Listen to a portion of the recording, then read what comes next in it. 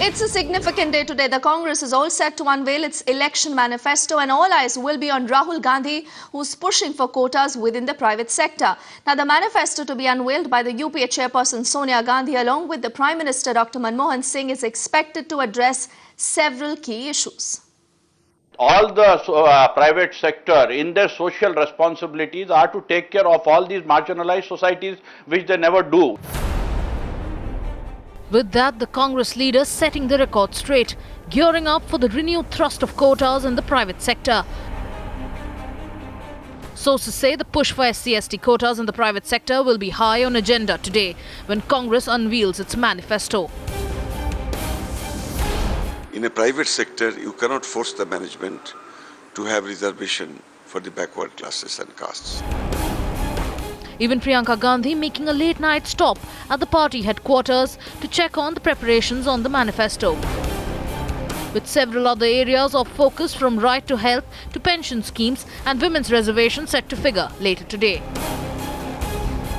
There is a responsibility towards the weaker section, there is a responsibility towards the minorities, there is a responsibility towards the Dalit, and all the private sector in their social responsibilities are to take care of all these marginalized societies, which they never do. So if a reservation is given, it is a chance for the backward and the marginalized to get a better job opportunity and come up in life. And this is what our party has been committed for, and it is our party's motto that we do inclusive growth.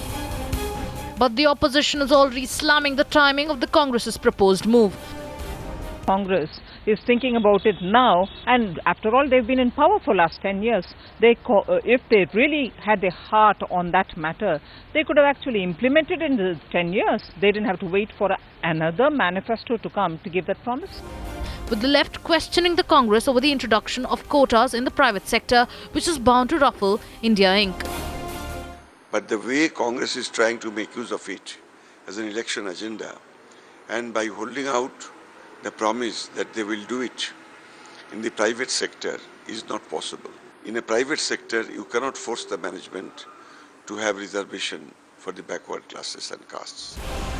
Clearly, all eyes will be on Prime Minister Manmohan Singh, Congress President Sonia Gandhi and party's campaign chief when they release the party's manifesto later today. Something that will set the agenda for the upcoming polls.